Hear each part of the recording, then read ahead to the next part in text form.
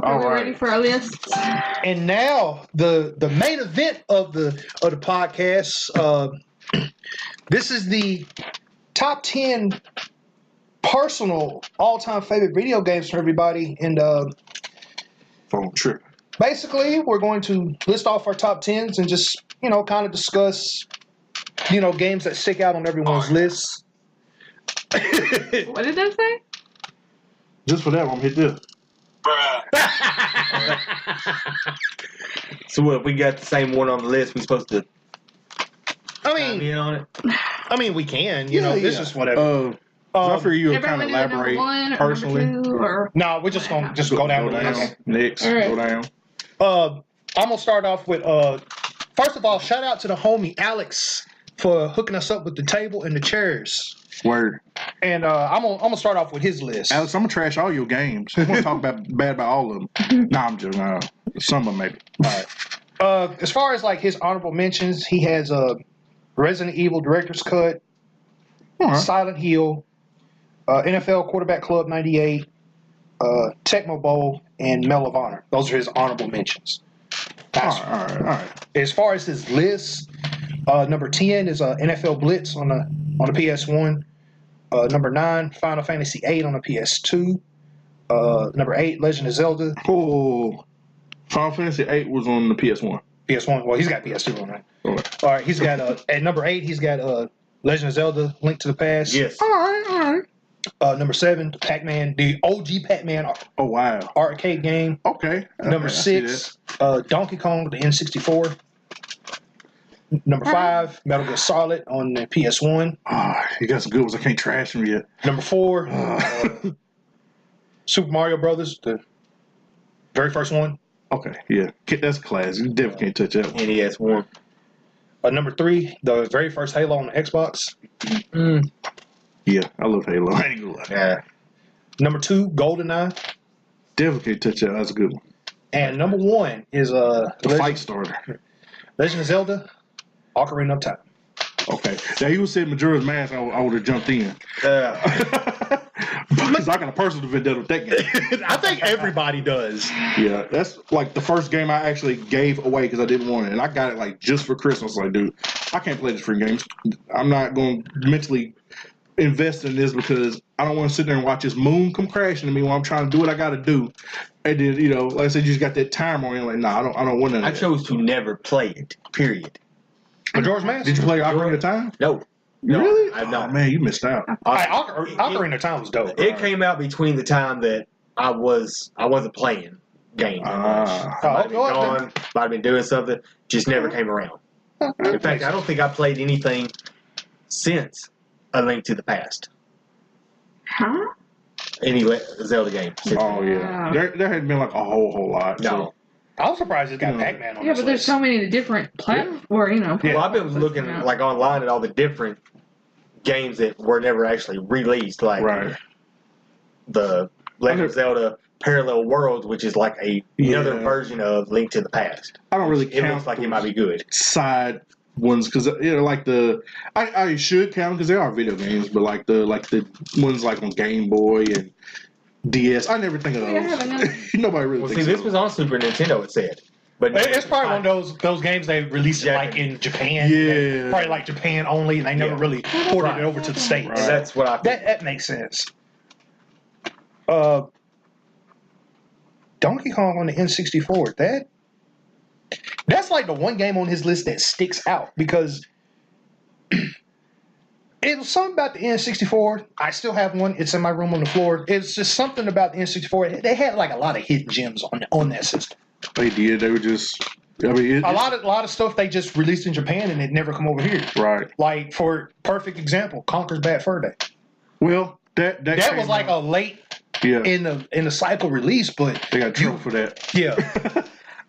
I never played 64. I've seen people playing it, but I've never actually played it myself. I never sat down. Like I said, it came out during the time that I kind of quit. Right. Stepped away from it for a little bit. I'm not gonna say you missed a whole lot because No, there was some stuff. There were a lot of good games on the 64. right. There are a lot of good games on 64. But that was still kind of like the era of games where they weren't like now where they're just spitting them out. Right. Like PlayStation 1 and 2, they really got to where it was like, okay, make this, make that. You know, they had the Nintendo core games that everybody was really into, but then on the side, like the Mario's, your F-Zero, stuff like that. But. Right. But like on the side, you know, you had games kind of like, oh my goodness, Perfect Dark, which was literally just an original version of GoldenEye, and also made by Rare. Yeah. That's the thing about Rare. They had their power on like the Nintendo platforms. They made a lot of good games. Yeah, Rare really went in. I mean, you had Killer Instinct out of it. You had one of the dopest fighting games ever. Right. I didn't realize Battletoads was made by Rare until I got the what is it on the Xbox 360 the Rare Replay. Yeah. I was like, really? You saying Battletoads? Yeah, I didn't realize that. I never paid attention to Officially that. ranked the hardest game ever. Yeah. Yeah. It became a giant meme before memes was memes. Yeah. Right. Back during the whole 4chan era, you know, about do you have Battletoads? But it was called a GameStop, and I never really looked into it. I was like, wow, Rare did that. Okay. I might have gave them, you know, well, of course, Microsoft, when they bought Rare, kind of gave them the push to do what they do. Okay, what else we got? All right, we're gonna let the guest, Miss Randy, give us her list, and we'll rebuttal. All right. Let's see what she's y'all got. probably gonna pick on me because I don't consider myself much of a gamer. I'll start with my honorable mentions. Okay. My first one is Heavenly Sword, and the only reason I put it on honorable mentions is because it was really short. If it had been a longer game, I would probably had it in my top 10. My number 2 on honorable mentions is Call of Duty. What is it? Black Ops 2. Black Ops 2, yeah. Right. And that's just because that was my favorite Call of Duty. Me and Damon play. It's a good one. Third honorable mention is Donkey Kong Country. Fourth, and Damien's going to pick on me for this, is Cool Spot. Yeah, I'm picking. On the Genesis? I don't even remember what platform. Yeah, it was on Genesis. Hey, okay. I'm trashing it. You must have been playing this like late at night after your mama went to bed. I don't know. Hey, Cool Spot was alright. Any game that got any reference to a, you know, if it's a character from a product that's not a game, such as I don't care. a beverage, I don't care. a food, it was awesome. Pepsi Man. the Chester Cheetah game, the Noid on it is from Domino's. It don't matter. Cool Spot had fantastic music. Yeah, it did have some good music. And it didn't feel like really glitchy that you would expect from a game that was based on some sort of product. I mean, it had a good flow and you know, and all that. They took their time back in the day. Yeah, It ain't like today. Now you got to have updates to fix everything. Right. Number 5 pretty much just didn't fit on my top 10 list, which was Zelda Link to the Past. And number 6, which I just remembered, I put my favorite cell phone game, which basically is just based on the fact that I can leave it on there for a really long time and never get tired of playing it, Clash Royale. Okay, you want me to start from top 10 to then 1? Yeah. Surprisingly very popular because they do tournaments of those games now. It's crazy. My number 10 is Ni no Kuni Wrath of the White Witch. Y'all wouldn't heard that. It's an RPG. I think you let me borrow that one. You might. Kurt had it originally. Kurt. Yeah, maybe that's what we got. My number 9 and number 8 are not technically just sold games. They're the entire franchise. Number 9 is Mass Effect. And number 8 is God of War, which I know Mike likes. Great. Yes. I never beat all of them. They're God great. of War trilogy. My number 7 is Super Mario World. And my number 6 Spent a lot of time is in that. Legend of Zelda Wind Waker, which was on 64, which was fantastic.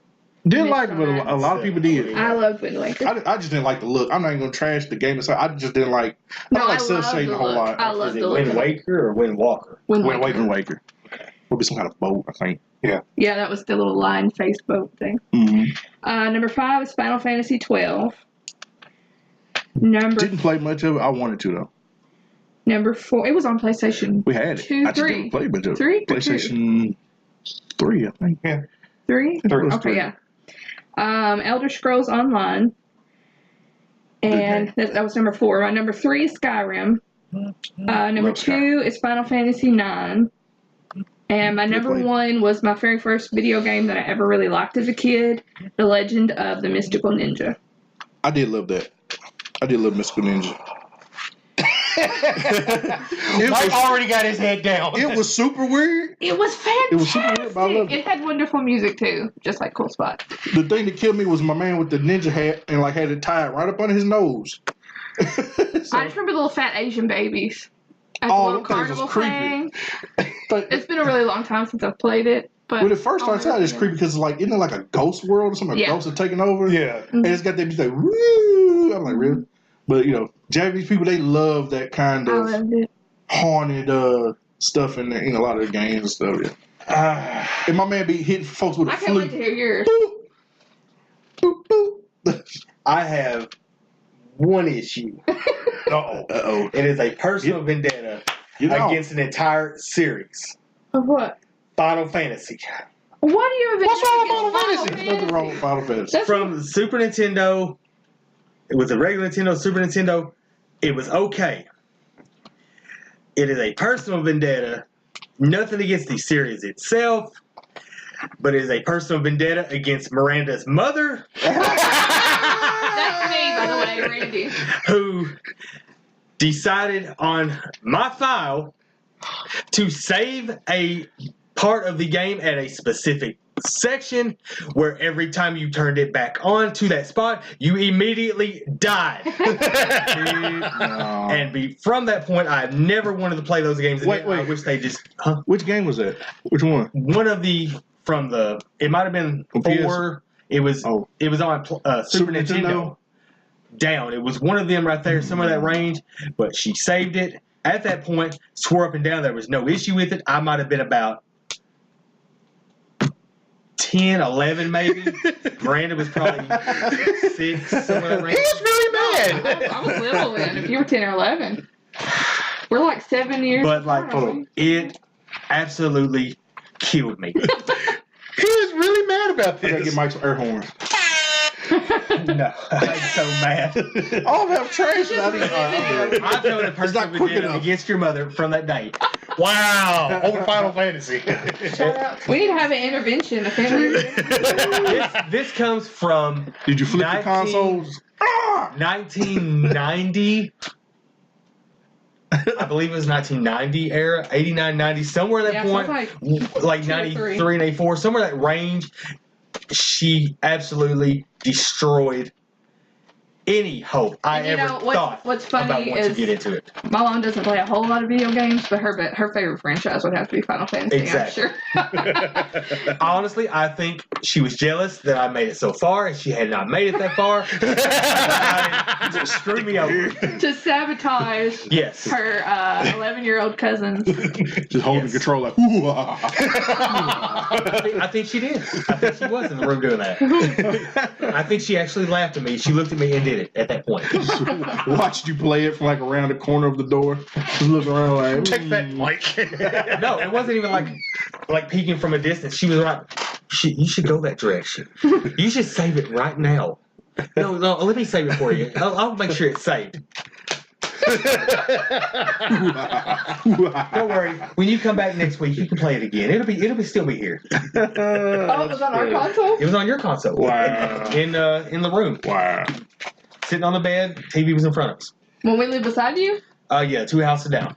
I was little. I did have some smoke with one of them. I can't remember which one. It was one on SNES. It was part of Final Fantasy series, but it was one of the side stories. I forgot the name of it. Was it the Heroes Quest or something like that? It wasn't the one where like Final you had like 4 Fantasy. characters and like you could move and advance them up 2 or 3 squares and then you battle. Where the No, battle that was like grid. That was Grid Tactics. battles. Tactics. Yeah, tactics. No, it was. Mom loved that one too. I think it was I called remember. Heroes Quest or something like I don't that. know. Man, it was on Super Nintendo. I had beef with that game. But Mystic Quest. Mystic Yeah, Quest. Mystic Quest. The ROM that you gave me, I actually tried it out to see if it was the one I Also had mad at that missed. And it was not. Not as mad as Mike. But I was mad at that game though. All right, Mike. Hit us with your top 10, bro. All right. 3 honorable mentions. Number 3, fighting game Def Jam Vendetta. Okay, I thought you said icons at first. I was gonna leap over this table. No, the one that had like you could like customize Right. and like get the special abilities and such. Right. Yeah, okay. Vendetta was the best. Is the best one out of the whole entire franchise. And even the one before that was good. No, wait, Vendetta was the first. Fight for New York was the second. Second was good too. Yeah. Actually had a good storyline. Yeah. After that. All right. Second one coming from the Super Nintendo, Lagoon. Never played it. Oh, the only thing I remember about that wasn't the intro like a waterfall or something in the back? Yes. I don't remember anything else. A lot of people mistake it with another game called Draken. Oh, Drake. About the dragons and such. Right. But Draken, I think, was on PlayStation 1. I could be wrong. It's on. Yeah, I think they made multiple. Right. I think it was on there. They may have remastered it for PlayStation 1. But, yeah. And then honorable mention number 1 comes from the not Super Nintendo, the regular Nintendo, Chrysalis. I barely remember. Yeah, I barely remember that game too. About where you went to the 4 places. You had to get the fire sword, the wind sword, the water sword to make the master sword to battle the big character at the end. It's Element video game version. It's pretty much what it is. I don't have any recollection of that. It was. You were still young, so your brother probably does. But oh yeah, I'm sure. Oh yeah, Kurt's got like genius level video game knowledge. Right. That's all he does. Yeah, that's his life. That's true. All right, Mike, get us with top 10. All right, top 10. Number 10, the Call of Duty series. There's a lot of good ones. There's a lot of bad ones. Yeah, I'm about to say. You got to take them together. No. There's more good than bad. Yeah, there's more good than bad. Now, you're right. Black Ops 2 is the best of these series. Nuketown specifically. Nuketown specifically. Never cared much for it. Too small. Too small. I like big maps. I like small. I like small. Well, I mean, they have their perks both ways. Small to medium. Pause. That's like we like Shipment 1960. That dude is today. Enough on the street. Talk about this guy. Oh, I didn't hear it. What did he say? Pause. I know, but what was said before to Paul? I said, as far as maps, I said from small to medium. And he said pause. Oh. My mind went in the gutter. My bad. Yeah. All right, continue, Mike. All right. Number 9, Resident Evil 2. I was always creeped out. A lot of people and Silent Hill. are biased on that, but I thought it was good. I like 2, Yeah. even though like Director's Cut is like my favorite one out of the entire series. Right. 2 was nice. It just falls into my next one, which was Resident Evil 1. Right. It's the continuation of it. Right. Yeah. So, number 7, the first fighting game I really remember, Street Fighter 2. Oh, that's a classic. I played a lot of Street Fighter. I can tell you which one. I grew up on Street Fighter. With just like the basic 7 characters. Right. I believe it was 7 or 8. 8. Basic 8, Yeah. and then 4 boss fights. Right. Okay. I get that. All right. Number 6 comes off the Nintendo, and it's one that not a lot of people know, but I remember playing it as a kid, and it was one of the first games I ever beat. And that's called Kiniki.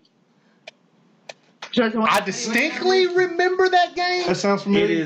I pulled it up at the Infinite Collectibles. Yeah. Pink cover. It was really a Japanese base. Like everything about it was like you're fighting the characters with like no head, but like body was like a face. The crazy stuff. Yeah. Yeah. Yeah. It was really crazy Japanese based.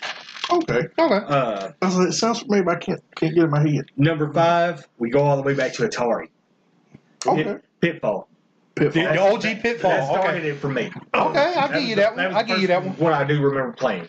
Just going, jumping, trying to make over the little alligators in the pit and all that. I want to trash it, but I can't because I got to look at it as the fact that it didn't have a whole lot going on back then. You're right, baby. It was your basic. But it was a classic. I mean, it was. Can't knock it. It was You can't trash it. It was the start of the video game revolution.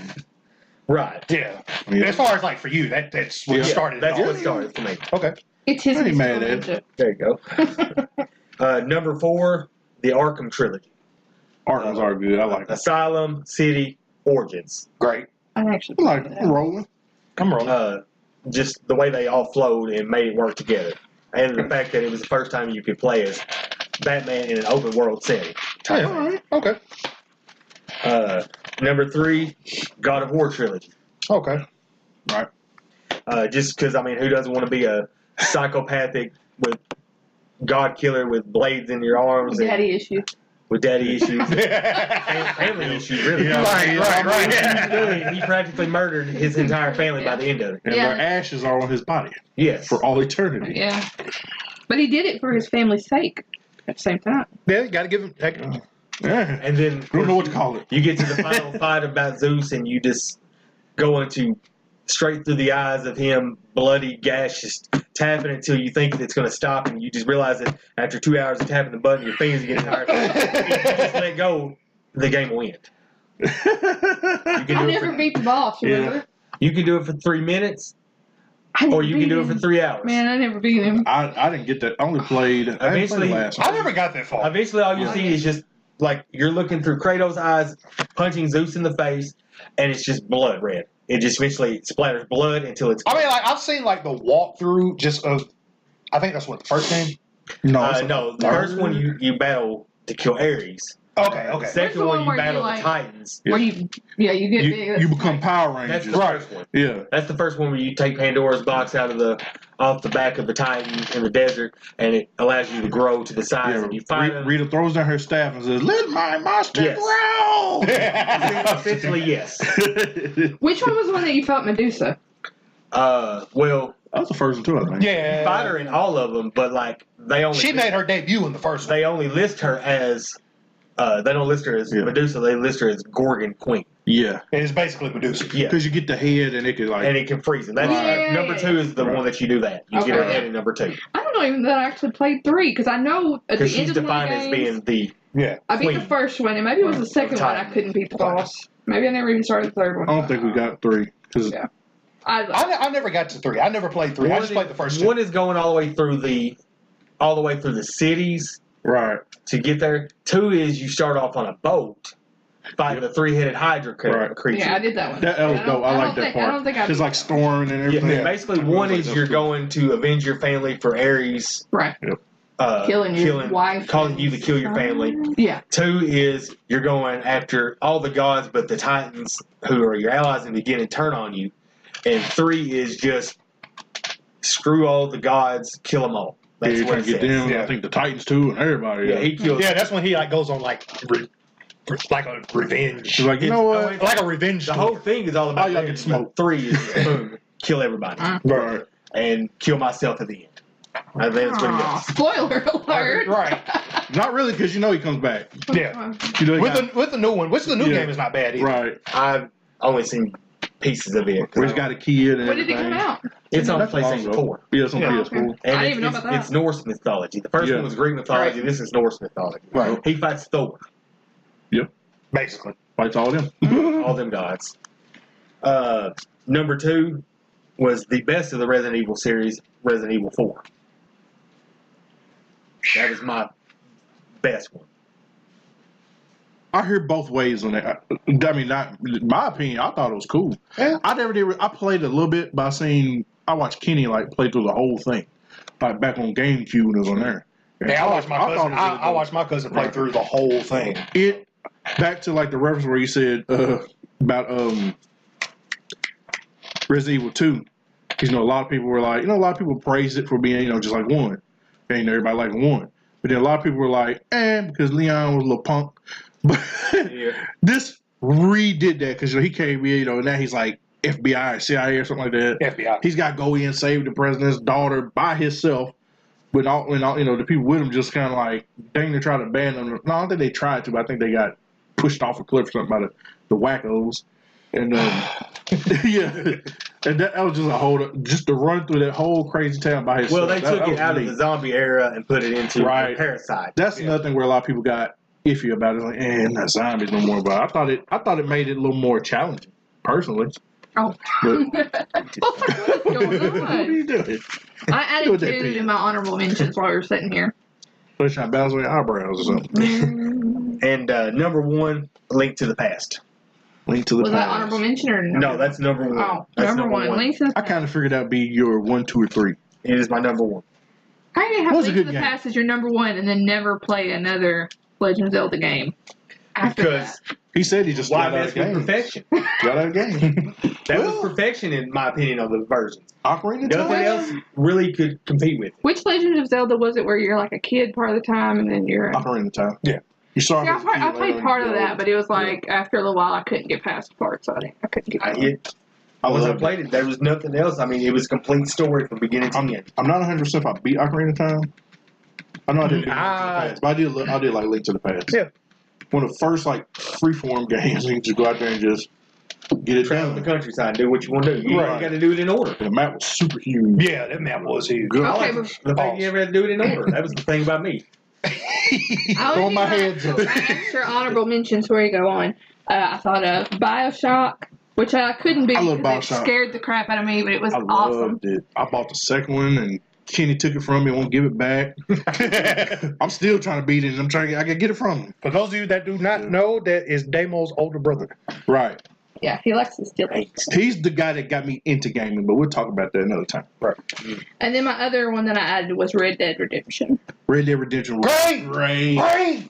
Oh, I should have put that in my top 10. I played a demo on that one. Man, Oh, that was a good one. I'll throw that as an extra honorable mention.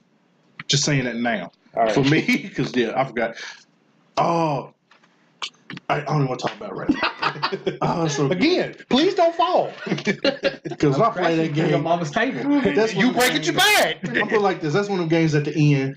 At the end, you get up and you just get the bro shot like, yeah, about time you freaking got it. That's one of them games at the end. Because I was like, satisfied. That's not too many games you get satisfied by the end. That's one you get satisfied by. Like the first Red Dead This game, fool finally like gets his doggone desserts. the first Red Red Dead Velvet game, like the ending almost made me want to cry. Man, See, finally it was avenged his rough, dog. bro. Yeah. His dog. Man. Now, we got to talk about this for a second. Bro. We got to talk about this Red Dead Revolver. I forgot all about that. I never played Red Dead Revolver. Man, the first game was really, really good. Yeah. It told a really... What Did I ever console ruin was it for on? you? The first one was on PlayStation 2, I think. Yeah, PS2. It was called it was just Red Dead Revolver. That's when the crazy looking dude, the mouth like he always. Now, what did we play Redemption? We played Red Dead Redemption on PS3. Okay, yeah. Oh, it was so dope. Well, before we go to Damo's list, I believe Sarah and Mike have to get on the road because they only got their babysitter for another 10 minutes. Oh, 10 minutes. oh, dang! I realized that later. Yeah. So That's we want to, 2 hours. So we, you guys got to leave. Y'all go ahead and we'll send y'all a shout out. At work. What dog you Right. wearing on? That's fine with me. Yep. I have no part in that. Well, Mike, man, we appreciate you coming, bro. That's good being here. Bye. We'll see you later. Y'all really on Take it easy, bro. Like we really like each other too. Oh yeah, it's starting to come down outside too, ain't it? Yeah. Wow, I don't know. It'll be all right, though. I'm hungry. All right, I'm gonna move around, but I'm gonna keep this chair. All right. That's fine. I ain't sitting in a chair. I need my Even my money back too. Need my money back down there. Oh, your quarter. Damn right. I just told your mom we were gonna be late. Probably about to say tonight. He's probably asleep. Yeah, baby. Yeah. All right, you guys be careful. Baby number You 2. say What? what? No. What? What? Are you making an announcement on the podcast? Right. Whoa. Oh, Alex gonna go crazy when he hear that. He gonna be like, "What?" Bye. Take it easy, bro. All right, Damo. All right.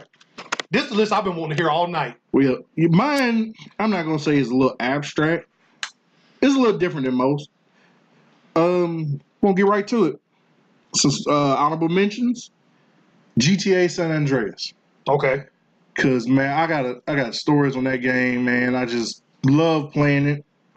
The one thing I loved about San Andreas, and I'm gonna throw that on my honorable mentions, Right. the damn dialogue. The dialoge was All you had to hilarious. do was follow the damn train. Bro, that game has caused like so much, like, but I'm not even gonna mention the hot coffee mug controversy. That's a whole nother thing. Actually, this personal story for me. I actually bought one of the ones that had The OG one, yeah, the rich. That's what I had. I had the original before they changed the ratings on it. Yeah. And but you can access it without hacking it. So I don't know what the big deal was. So you wouldn't see it unless you just went in there and was looking for it. This is true. But you know how man, uproars in games. Yeah. But yeah, just like that. freaking Big Bear, man, everybody like to get high sometimes, CJ. It's like, really? Really? I see you around. And, And like the people who did the voices in that game. right. A shout out to Faison. Love the game. Oh my goodness. Big boy. Just so Didn't Charlie Murphy do a voice? Yeah, Charlie Murphy. He was the pimp. Right. And who's the cop? Samuel L. Jackson. Samuel L. Jackson. Man, just yeah, and you know, us being from a hip hop background, it touched on that whole, you know, West Coast that we grew up. yeah, like I you love know. the setting of that game because it was the story 1992. Right. I'm 6 years old. And so like when you hear a lot of the music on that game, Yeah. you're just sitting there, you're like, oh my God, I remember this. I remember this song. I remember this song. And it just puts you in the daze. So And OG Loc. The favorite part of OG the Loc game. in the place. You want to come in with a gun in your face? Like, what are you talking about? That's bad. You steal rhymes and you still bad. That's bad. You go literally missions to go steal the rhyme book and you still terrible. Rapping in the bathroom, man. And dude, you come out and say, man, you suck. I was like, heck no. Yeah, the cut scenes of that was just. And I loved all the cutscenes in that game. And I even love how the animation looked because, you know, the game wasn't that great graphically, but understood because it's open world, it's huge. It was bigger than any other Grand Theft Auto, and You gotta they think always about- look bad, but So you got to do think of, everything. it was one of the biggest sandbox titles ever. And Right. plus, you got to think so much data on one disc because you're going from like three different, Right. I would say three different cities over 2 states. Right. And how many other games can you say that you can lift weights, get buff, or eat a bunch of burgers and get fat? And literally have stamina, be tired. I know all about that myself because I'm a hefty fella. So I was like, man, so I related. Just eating them burgers, I was like, man, dude, I know the pain you're going through, bro. All right. Okay. Next, yeah, this cause see, I'm an RPG guy too. Grandia 2. I think it was 2. I'm almost sure it was 2.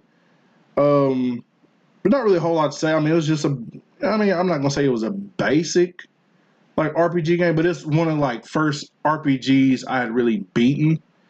And it was one of the games it wasn't like a grind RPG. It was kind of like Final Fantasy and like the other JRPGs at the time. You just kind of had to get in there and just work. And that's one of the games, including with some others on here, that I actually spent one of my many in-between school summers on and beat. Yeah. Next, Zombie Revenge. Never heard of it. Nick, this is a shout out to you. I've never heard of this game. You have never heard of Zombie Revenge on Dreamcast? Oh my goodness! Me and him played Zombie Revenge. I think he had bought it and brought it over one day when we was young.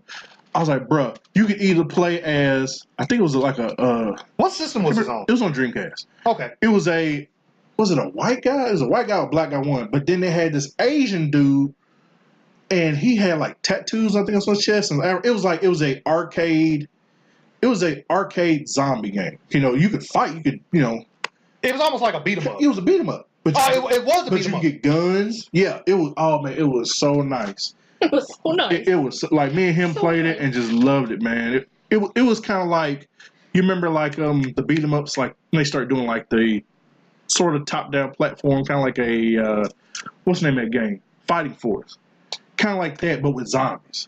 But it was a little more arcade. You know, it had an arcade feel to it. You know, Okay. progress you through like a lot of them. Another honorable mention that I didn't put on here, I should have put on here because it's actually one of my favorite games. I'm gonna say the series, the Double Dragon series. Yes. Double Dragon series. Yes. Hands down because I remember, Even like the hidden, like the Tag Fighter and the fighting game that were just arcade games. Right. I like that. I give you that one. I give you that man. one. I just because like especially 2 and up because it was one of the first like multiplayer games I played. Mhm. Because it's just that old school. And then Billy and Jimmy Lee going in. You didn't need to know a whole lot. Just go in there and just start whooping on folks. That's all you had to do. And then Abobo. We still don't know what Abobo was. Because Abobo was big, muscly, and lumpy. And they just fed him spinach in the movie, but we don't talk about that. Bro. We go talk about that, but not right now. That's a whole nother segment. All right, I could keep going, but I'm going to go on through. Mass Effect 2. Mass Effect. I love all the Mass Effects, but Mass Effect 2 was really when BioWare got it down. Because that's considered the best one in that entire series. Yeah, it is. It's the best one and the ending to 3 sucked. Yeah. It sucked. It was kind of like go left or go right. Yeah. It was kind of and then like once the game ends, it just ends. They don't give you a definite ending to what's going on. It's just like that's it. Right. But that's one of them games like actually did. In Matrix, he's had red or blue pill at the very end of the very end of the movie. Like, now what? But what made it really dope about 2 was like, I mean, they really got into their bag and understanding like companions. You know, they wanted you to have better interactions than 1. Right. You know, it's like you actually get the companions, you know, where, of course, voice and look just like, you know, certain celebrity actors. Like what was her name? I think her name was Miranda. And she was like one of the main kind of like people that belonged to that corporation who was owned by the Elusive Man or something like that. And she was actually voiced and looked by, I can't remember her name. Sorry for people. You know who it is if you're listening. But it's the lady who, remember that show Chuck? Yeah. It was she was the leading lady on that. Okay. But I mean, there were some others too, which, you know, but I'm not going to go all into that. But they really got it down, and the ending was too dope because the ending had it where like the ending depended on how many of your companions survived, but you had to do it a certain way. Really, that game was more of like the choices you made in the game impacted the ending because there were so many multiple endings. That's one of the ones I was like, I want all of them. I want all of them in. So it's like, okay, I'm erasing this save game. I'm going all the way back, and I'm gonna beat it again, and I'm gonna cheat and find out how everybody survived. But I thought that was just really cool. Okay, I'll give you that. This is really gonna hit home with you on this one, cause like. Man, me and my brother Kenny would rent this all the time. Big wrestling fans. Big Capcom fans. You know where I'm going. Saturday Night Slam Masters. Yes. Great game. A fighting game and a wrestling game? Man, you can't beat that. Not to mention, Mike Hagar is one of the characters. Bruh. And then you got Gal's brother in there. Right. So I mean, that hit home. You hit home on that one. Man, we went to top 10 so many times. Final Fantasy 15 is my next one. Cause like I'm a Final Fantasy guy. I hadn't really invested in all of them, but 15 combined the Final Fantasy world and also combined another world that Squaresoft did that I loved, which is the Kingdom Hearts world. Because they took that gameplay from Kingdom Hearts and put it in a Final Fantasy game. Whereas, like, for those people, it even says at the beginning of the game, it says for fans, I can't remember exactly what it says, but it basically says for fans and newcomers of the Final Fantasy series. Because it's like that kind of game where it's like, if you're like Mike, who have a hard time playing, well, we know why he has a hard time playing, but most people do have a hard time playing, like, the turn-based RPGs. Yeah. No, this one, you just go in. Just go in and fight. And, you know, you got companions with you, your bros. Yeah, I don't like turn-based either. Right. I mean, I don't like when you have to go to a separate like scene to do battle. Yeah, like, I like that coming up on them and just fighting them. Yeah, instead of like battle mode that takes forever. Like the old school Final Fantasy. It's like you go in a certain direction, right? Boom, battle. Let's go. As we've gotten older, I think we got to the point where we can't put up with that. You know, right? I mean, society has come to a point where we want, you know, what was it like? You know, we want everything instant, but at the same time. You look back, it's like, why did I put up with that? The loading screens would take forever. I mean, it wasn't that bad unless, like, you were in a dungeon and it's like every 3 steps you take, you go back, you're back to another battle. Boss battle, monster battle. Monster battle. It's like, really? Right. I got time. And it would be like those monsters that you can... Right. Right. That's why I love God of War. Because you go around, you can have, like, a whole mob of people and just, like... mow them down with one right move of your arm. See, that's why I got high hopes for like when they redo. Well, it's not redoing, but they're reporting, I guess, whatever. Like a lot of the Final Fantasy games on the newer systems. Yeah, not the remake, because they're doing remakes too, but they're taking like the old schools and put them on there. Because I'm hoping that the load is just like instant. You know, I'm just like, come on, y'all can give us that. You know, there's another one's going to hit home. Another honorable mention: WWE WrestleMania 2000. That was a bad high five in case I heard it. Let's try it again. Better. Not there, but better. You need a button that sounds like a clap. Like, bruh. There it is, right there. WrestleMania 2000, I think, was when they, I mean, all the... That's when THQ... Right. Got it right. Right. That's when they got that, I don't know what you call that style. But see, here's the thing, like WWE, they were smart because they saw what THQ was doing with WCW. Okay, we're going to put our name on y'all's gameplay. Yeah, because... And they just took it. Everything we had before that was trash. And then, like, you're playing this for the first time. You're sitting there, you got full interests, you got Titantrons, you have like a season mode where you and a partner can go through like the entire like WWF calendar year. Yep. Pay-per-views, you win championships. Like it was just so much you can do in that. Not to mention the creator wrestling. Right. I think that's the first one you can actually fully create. You know, you didn't have to use like parts. It's not like you did, but you know. Like you could literally create like a version of CM Punk, right? With that creative mode, like it's that good. But that was one of those games because that's on my list. Like the entire THQ wrestling games, 64 is on my honorable mentions list.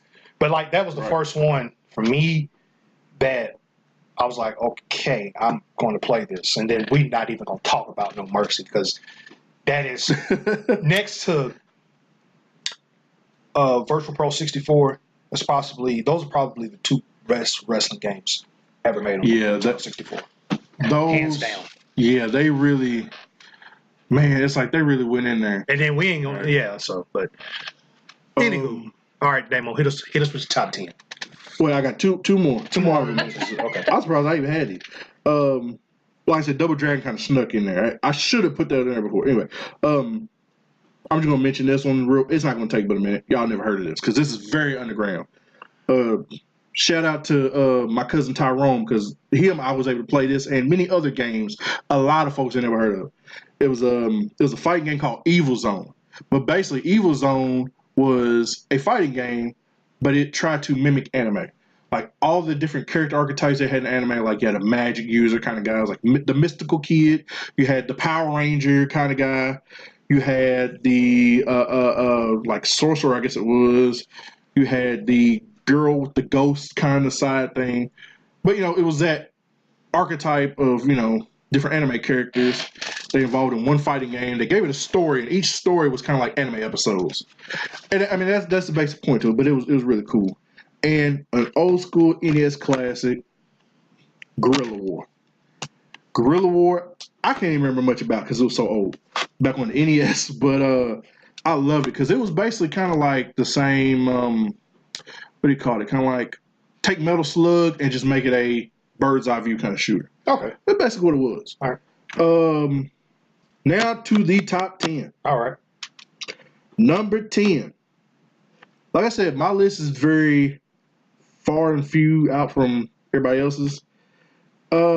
Dragon's Dogma on the PS3. Is this number 10? Yes, number 10.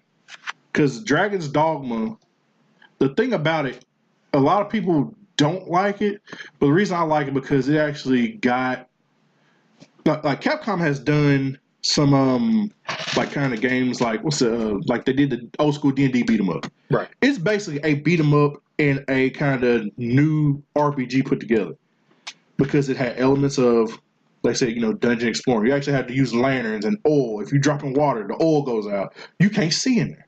You blind. You get hit by anything. And you had companions. I love any game that has companions. Okay. And half the time the companions are just stupid and do stupid stuff. And I laugh and get mad at the same time. No, these would really be stupid. I would look at them and just be like, really? Bruh. Like, I'll give you just one little small instance. There's a part where I'm actually stuck on in the second the DLC part where it's called Dark Rising. And you're in this giant labyrinth. And we get to this part, we got to fight this Minotaur. And my companions just sitting there going just straight stupid. One of them just look, I mean, you can grab folks and throw them. Just straight, he getting straight WWF about his Minotaur. Minotaur just throwing clean off the building. I'm like, bro, really? You can't just run around him? No, he just grab you, and then the next one try to fight him. No, the Minotaur just going to lay you out. But anyway, like I said, just I like very comedic things in games, which leads to one of my number ones, and I'll explain that. Number 8. River City Ransom. Oh, wait. I messed up. I went straight over 9. Wait. Let me go back to 9. Final Fantasy 10. Okay. But we're going to talk about 8. Yeah, we're going to talk about River City Ransom. For real. Final Fantasy 10 because it was probably the first Final Fantasy I had beat all the way through. And I like the whole story of it. I mean, what's his name? Titus, how do you pronounce it? He was a little punkish. He was just kind of, emo, but I just like the cool look of it. It had that kind of. How you gonna have Yuna and Riku? And their name Yuna? Something like that. Riku, I know. I think so. Are you talking about? Riku was a lot more attractive than Yuna. She was really just bland looking. Well, any of the females on there. Riku was kind of kiddish looking. She looked. No, she like was. She was really. Like she was about like 16, bubbly. 17. Yeah, all were probably supposed to be that age. But Yuna was kind of like she was all. You know how it goes. She had the girl next door in fantasy version. Well, she was the chick that even the bad guy was trying to chase after. The good guy got to go after her. Even bad guy got kidnapped or so. Right, the bad guy's like, hey, let me come through and slide them DMs. And then, he said slide the DMs. And Titus just happened to guy see the phone like, not today. So that's basically what that was, though. It was cool. I mean, there was, I like the whole, Final Fantasy for me had different themes to it. 17 was kind of like industrial steampunk. 8 was kind of like the whole... It had that school feeling because there was a lot of that school beef in there. Right. That's a whole nother thing. But then 10 was tropical kind of because there was a lot of beach areas and the main dude was playing. I think in the beginning of the game you play a sport called Blitzball. Blitzball. And that was cool. You actually had a sport. You were underwater. Right. I can't understand that, but I also can't understand why SpongeBob got a pineapple under the sea. So I'm gonna leave that alone. They go to the beach under the sea. Right. And you got a squirrel under there with a doggone thing. No, I mean, that's for another podcast. Moving on. Back to number 8. River City Ransom. Oh my God! I don't know anything about this. I love beat 'em up games. That's one of my first beat 'em ups as well with Double Dragon. Because that game was an RPG and a beat 'em up at the same time. You can go in there and just hit folks with whip chains. That was the school. If you was a kid, see, that's why bullying is so bad these days. I think because some of them games you go back and play, be like, I got that off my chest. Right. That was one of them games you beat up bullies. That's what you did. You was in the streets. Beating up bullies. I have very little love for beat 'em up games. To me, they're just. I love my. Look, y'all getting hands today. Y'all getting hands. That female back there with the pink hair, she getting hands too. All y'all getting hands today. No. Okay. I actually have a couple beat 'em ups on my honorable mentions. Oh no, I would have more, but I think that's. But some of them just be okay, well that makes sense. Right. I mean, if there's more to it than just beat 'em up, but I mean, if all you're doing is walking down the street and hitting thugs. No, there's a bland story. You gotta chase the girl. Most of them, but you did do you upgrade. To me, I guess it's the difficulty. It's not difficult, so I don't get much. I think I like a lot of the looks of the animation because literally you be beating folks and their eyes just bug out I just got stole on, Their eyes were literally just and jump out there. And it was just hilarious because you beat them about 3 times and they hit a flip. They talk a slow flip. Right, that's the clean up look. Right, it's man, I just got cleaned up. Let's see, 7. 7 is on here because don't get me wrong, I love Street Fighter, which I'm going to go ahead and say that's on this list too. But we're going to explain 7 first because it was one of the most, I'm going to say, unorthodox fighters. A lot of people kind of knew about it but didn't mess with it as much because of Street Fighter, and that's Fatal Fury. Fatal Fury never gets talked about as far as the dates in fighting games because a lot of those Fatal Fury games did not get ported over here because they were in Japan. But when you play like the emulators or you see them in arcades, God, I miss arcades. Right. You just sit there and you're just like, oh my God. But see, and then Geese Howard is like the cheesiest final boss ever. Pretty much. It's like you're gonna find a CEO. The CEO just happened to know all this. What was it? I think he knew judo or something. Yeah. I could be wrong. Like he could counter you. Right. He could counter you before you even do a move. And it's like he can hit you in like 3 moves. Bam, bam, bam. And like one move will take like a chunk of your life meter. Right. Yeah, Geese wasn't playing, man. That's the other thing. I thought it was cool because like, yeah, they had like, you didn't have the stereotypical Ryu and Ken like most games. Most games have that rivalry right there where the guys look kind of like each other. Which Terry had his brother, which was Andy Bogard, who was basically something like a ninja. I think he did ninjutsu. Yeah. Terry was just a street fighter, Yeah, he was like Terry Bogard was supposed to be like their answer to like Gal. Right. Well, in a way, in a sense. Yeah, and I guess it. As far as like Fatal Fury, it just made sense to where you wanted to play as Terry Bogard as opposed to other characters. And then one of my boys, this is one of the guys I did play as a lot, Joe Hagashi. Joe Hagashi hit you with that uppercut, man. He throw a whole tornado at you. It go all the way up in the sky. And he was kind of like Sagat in a way. Yeah. He did what's it called, Muay Thai. Yeah. And it was just really cool. And yeah, SNK games don't get the credit that they deserve. I think now it's a lot more aware. It's becoming more aware. And I would be as SNK just really doesn't get talked about as far as like just fighters. I mean, SNK was a street fighter. Come on now. I mean, like King of Fighters was a very underground game, I believe. For me, during the early days, which there's been a lot of those out, and they're still making King of Fighters. Right, they still make them. They they do esports tournaments now with one of them. But it's like I think, like you said, I think they were more in the arcades. They were more about that than consoles. Yeah, because like the one that was ported over was like for the Neo Geo, and you got to think this is 94, 95. Who has $700 to buy a Neo Geo? Right. Well, I mean, later who got $700 now? It's like, huh? You got that down. Yeah, Neo Geo was super high, but that's what it was. It was an arcade console. It was ports. But they had the SNES version, the Genesis version. Like I said, there were so many out there during that time. And Street Fighter come first, really heavy in the game. And then Mortal Kombat. Right. And later on Mortal Kombat, Fatal Fury, you had all the knockoffs like Doomsday Warrior, Power Moves. If y'all remember them 2 games, and y'all definitely trash and watched up. Personally, one of my favorite World Heroes. World Heroes. That was an SNK game. Yeah. It was a good game, too. I actually enjoyed it. Yep. What else? Where was I at? Oh, I was at 7. Yeah. 6. Back to it. Street Fighter with Street Fighter 3. Street Fighter 3 is my favorite because I think they finally got the animations looking good. I mean, was that the one on the SNES? That's the one that was that's the one that had what's the name in the one where they start changing the characters and it still looked good. We ain't talking about EX plus Alpha. I'm talking about the one that had Sean. Third Strike? Third Strike. No, Second Impact. Second Impact is when Sean made his debut. Well, I'm saying at Street Fighter 3 there is the original. Then they did Second Impact and Third Strike. But because they changed Street Fighter around on its head, where it wasn't just Ryu, Ken, Chun-Li, all that. Actually, the original didn't have Ryu and Ken on it. Nope. They did that in Second Impact, and then of course later on they had Sean and all the other characters. But I thought it was cool because they changed it around. A lot of those characters are now incorporated into a lot of the new Street Fighters. Right. Let's see where we're at. 5. Marvel vs. Capcom 2. Hands down, one of the best fighting games I believe around.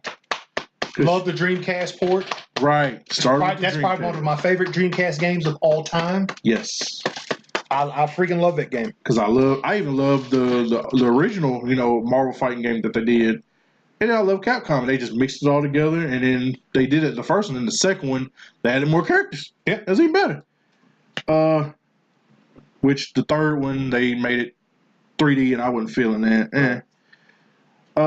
Same thing with Infinite, but we ain't gonna talk about that either. That's if you listen to this, you probably know about Infinite. Yeah. What else? We have 4. Elder Scrolls Skyrim. Elder Scrolls 5 Skyrim. Was it 5 or 4? Online? No, the Skyrim was. Oh, I don't know what number. I think it was 5. Just Skyrim. I think it was 5. Just say Skyrim now. Skyrim. Everybody knows it's showing up. Right. Because, Skyrim was. I wasn't sold by Oblivion. I don't think anybody was. Right. Well, I mean, they have a real core audience for, like, Elder Scrolls games, like, but I think when Skyrim came out, you didn't even have to be an Elder Scrolls fan. Right. Bandwagon. I mean, I never. Like, I wasn't even into, like, Elder Scrolls, and then, like, Skyrim came out. It's like, okay, I'm going to sit and play this. See, I didn't think I would be into it because when Kurt had Oblivion, I was like, okay, this is kind of cool. I didn't realize what all you could do. Right. And then I started playing when your mom had bought me Skyrim, and I played it when Denny had it. I was like, man, you can do all kind of stuff, man. You can, because by then, to go back a little bit, I had been playing Fallout. I knew what Fallout was about, and I knew Fallout and Skyrim made by the same people because Kurt told me that. And then when I played Skyrim, I was like, this is just like Fallout, but in a fantasy world. Right. So I was like, you can do anything, go anywhere, and do it all in your own pace. You don't have to do the linear story. I mean, there is a linear story where you do quests, go here and there. But then you can go out there and just chill, whoop somebody. I mean, you can play hours and hours and hours and hours and never even do the main quest. And there's so many side quests. So, so many ways to level up. Some of them. Right. So you can, if you want to level up, just keep doing this quest. It might do. I mean, it's always something like it's similar, and they're repeatable, but it's not like the same thing. Right. So eventually you do go back and do kind of the same thing, but I think the DLCs were a little bit overrated, though. Yeah, they were cool, but some of the stuff they should have put in there originally, like the houses. House, yeah, they should have just put that in there before. It was such a simple. Or made it free. Right. Yeah. I mean, it sounded cool, but then when you actually do it, it's like this is kind of. Because I think it was like 5 houses in 5 of the main cities, and that's it. You can put stuff in the houses. Simple stuff. Right. You didn't get very much. Right. Artistic license to make it the way you really wanted it, other than like instead of putting a tower, you can have like a 3rd bedroom or something crazy like that. Because some of them had a lot more than others.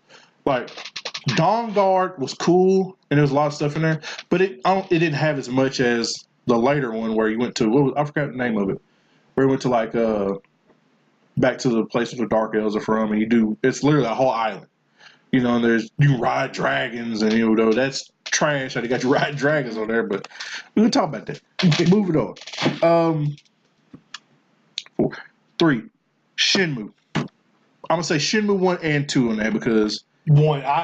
It's from the sound of your voice. Everybody loves 1 more than 2. The thing is, you got to play 1. It's one of the games where you got to have, it's the story. You got to have 1 to do 2. Right. But then, at the same time, they didn't finish it. That's my only beef with it. They never did finish it. A lot of fans are talking about that, but they're trying to redo it now and go ahead and continue the series, but we don't know if that's in limbo. They're talking about it's just going to be on PS4.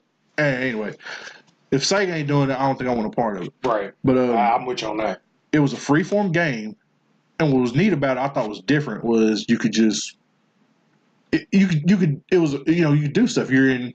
You're in like, I think you were in 1980s Japan in there. And it's a story of a guy who, it's kind of like an old Kung Fu story. This dude, I forgot his name, he looked like Lei Fang from Tekken. You know what I'm saying? He does. I mean, he's got like the long ponytail. Yeah. He got the Chinese shirt, with all the dragon stuff on it. He whoops on your daddy and kills him. So you trying to do all this stuff to find that guy, and dude was like over like to try it or something. And you're trying to find this guy. And you know what I'm saying? And you have to, like I said, you literally, I'm going to say you can't because I'm not ruining it. The game's been out years ago, 1 and 2, because they never did finish the game. But that's your point. You go in China, and second one, in the first one you're in Japan, the second one you're in China, I believe. Yeah. And what was really weird, there's weird stuff about Shenmue that I liked. And it was one of the games I spent a whole summer on because oh, go ahead, my bad. They had so much like side stuff you can do in that game. Yeah. And I think job. Yeah. That's like one of the first games that had like a day-night cycle in it. Right. And the funny thing about that, it's not like Skyrim and stuff. You literally had to go through that day. you could sleep, but you had to go all the way back to your house to go to sleep. Yeah. So in order to do certain stuff you couldn't do, you had to do it at certain times. Or, you had a certain, right. You couldn't speed up the... No. So you had to wait. That was really boring. There's actually a hack, because I've seen it on YouTube. Mm-hmm. There's a hack to where you can speed up time in the first shin move. Right. But, of course, you got hacked. Right. But, I mean... I think that would get really old to me, having to with a real... very time-consuming. Yeah. I would say it. Right. Especially if there's certain, things you can only do at certain hours of the day. Like, if you was low on money, you had to wait till daytime to go to your job, and you had to be at your job on time, where they fired you. Right, yeah. It was pretty much like life now. And there was some parts where they did, like the Kung, where you actually had to fight, it used that Virtual Fighter, I think, engine. Yeah. Which I don't understand why they never did put Rio in Virtual Fighter. They put him in some stuff, like some of the racing games that say he did that was trash. But, yeah. Like he's in Sonic All-Stars Racing. Right, really. Driving the forklift. Right. Which is weird. Why is this forklift doing tricks? Right. But it told a really good story, though, how it was. And the side characters, you interact with them because they kind of had personality and stuff, even though it was bad voice acting. But, yeah. Anywho, on to number 2.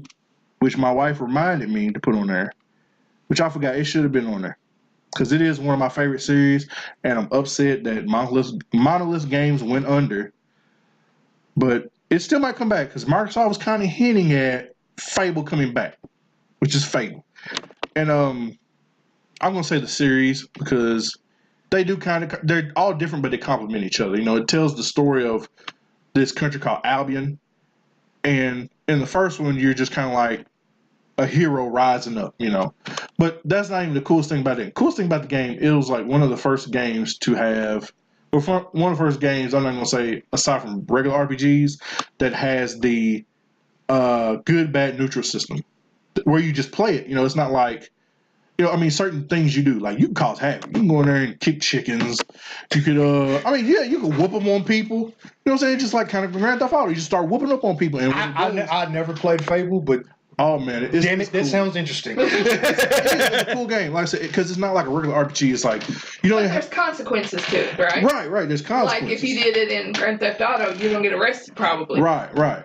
And that's how Fable is. You have guards come after you, or But is it to where like you can hide from them and they won't for you after a while? You can get away from them. Because I remember playing Skyrim. I don't even know what I did in that one city. But every time I went back to the city, as soon as I got through the gates, they were waiting on me. Right. I went to jail. That was one of the cool things about Skyrim. Yeah, them guards would come after you. And I honestly don't even know what I did to piss them off, but I couldn't go back to that city. I got kicked out. And the more you did, the bounty would go up for your head. Oh, wow. Okay. Right. And it literally would be like you go to jail and lose all your stuff. Right. So, at this particular city. Yep.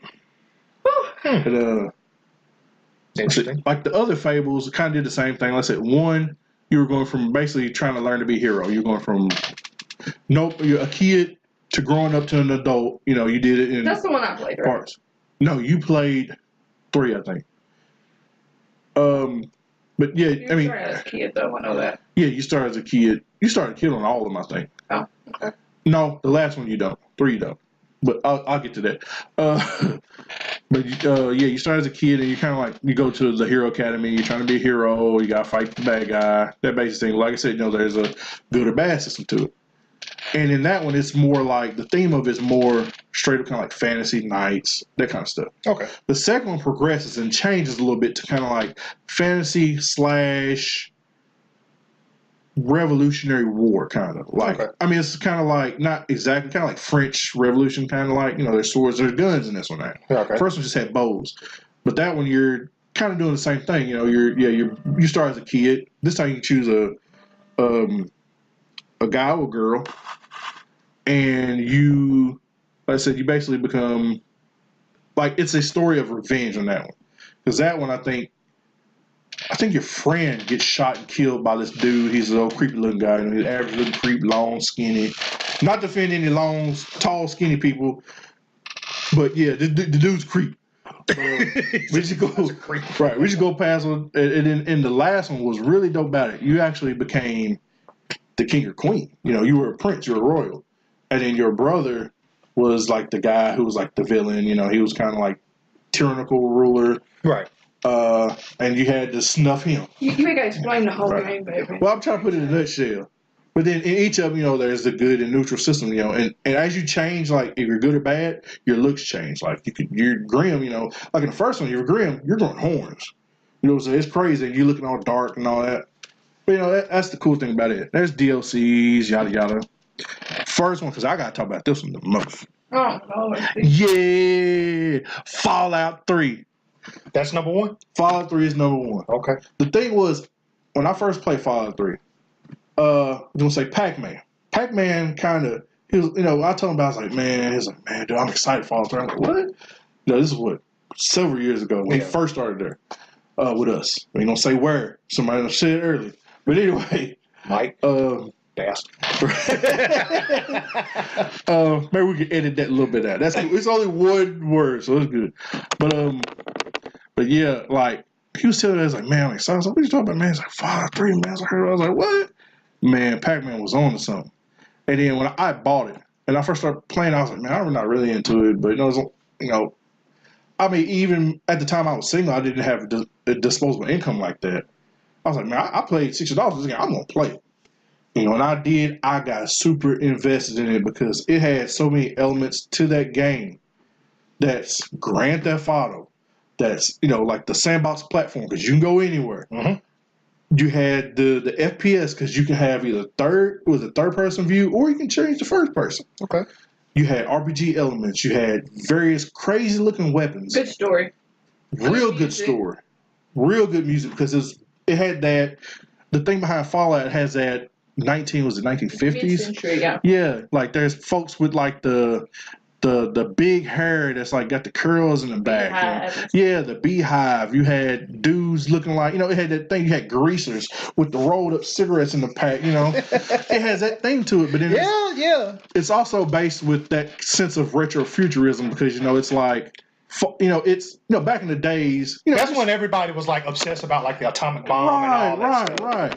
And that's the main thing behind it because not to go into all the story, but the reason the bombs went off and made it apocalyptic in that game is because they annexed China. They went to war because in there it's like we never did get. I think it's they says the transistor was never invented. Mm-hmm. I think that's it. Transistor. It's a transistor transform or something.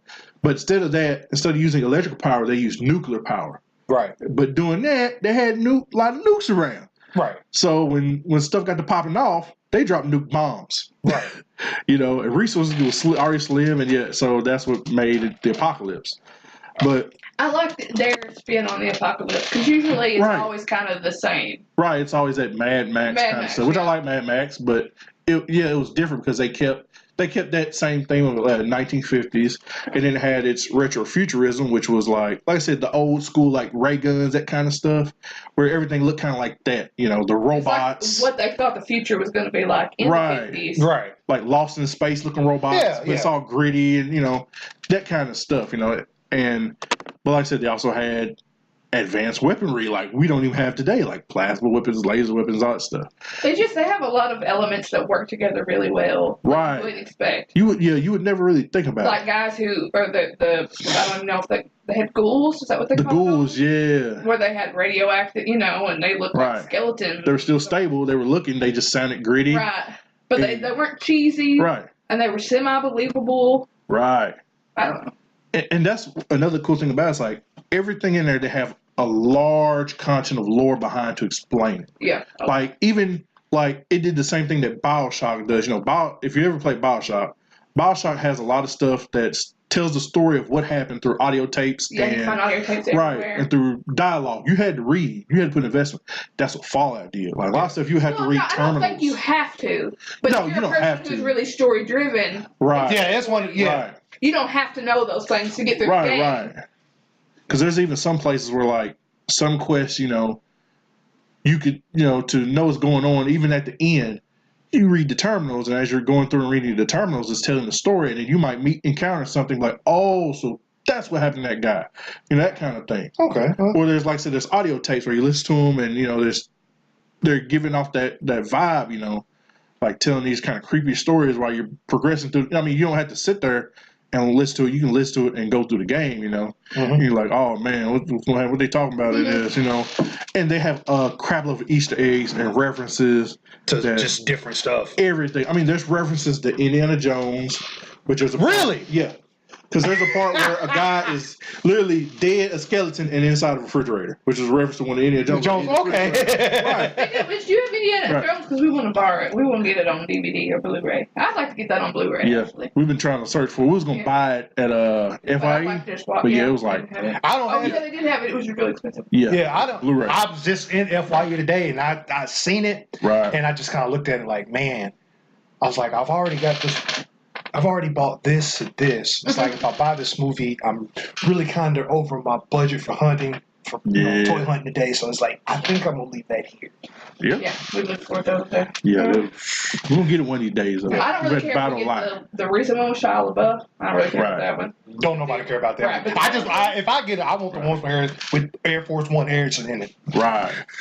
And to complement the say, even with Fallout 3, there's Fallout New Vegas. And another of my favorite, which I play all the time, a lot of what do you call that? Where you play a game just over and over, you just keep playing. Replay value. Fallout 4. All of them had that replay value because there's stuff. I mean, there's tons of weapons you can find. In all of them. Like another reference I thought was really cool. In Fallout New Vegas, you get a gun called, what is it called? I can't remember the name of it, but basically it's Decker's gun from get the reference, Damo, get it. I got it at home. What's it called? Another Harrison Ford movie. Why is my mind so blank today?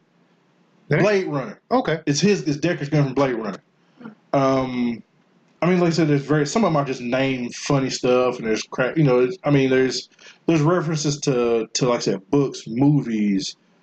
Some stuff even memes. There's crazy stuff in there. Like I said, I've seen some Fallout memes on the internet. Like they got a lot of H.P. Lovecraft references. There's references to, to movies. You'd have to literally go on Wikipedia and look down the list of all the references. The only thing that I think would make Fallout better is if you had like a multiplayer.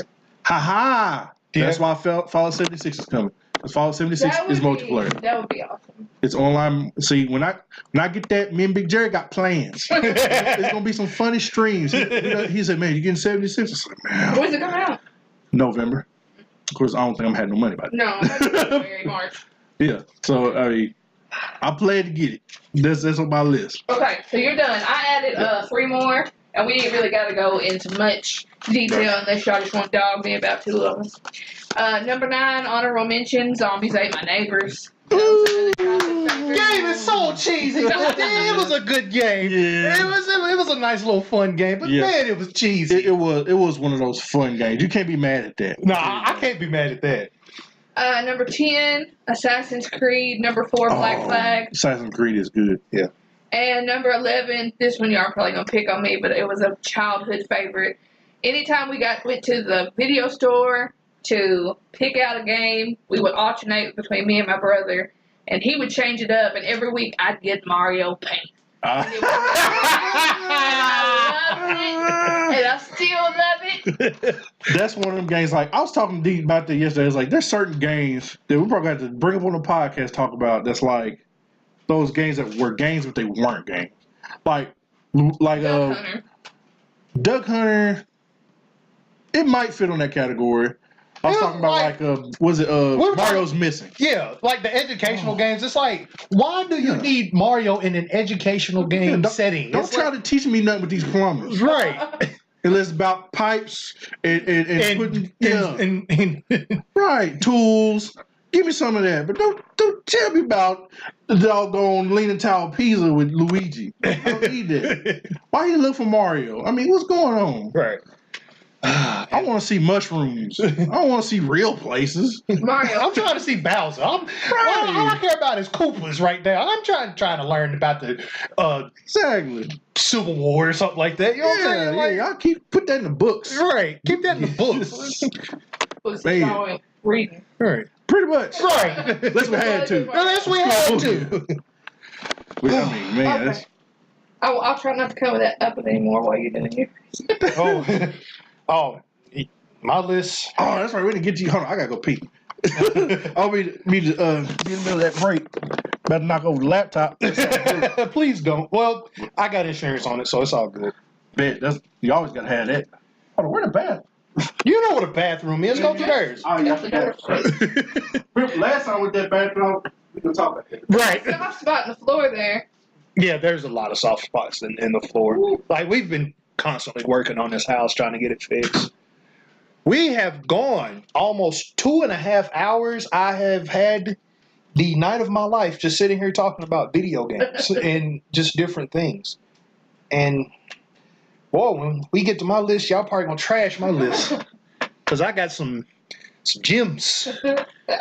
And like I said, my list will consist of, like, the arcade versions of games and, just different systems and this, that, and the other. But, like, my honorable mention list, y'all probably gonna find yourselves scratching y'all's head because I'm not gonna lie, I did play a lot of like fighting games, a lot of platformers, and I also played a lot of sports games.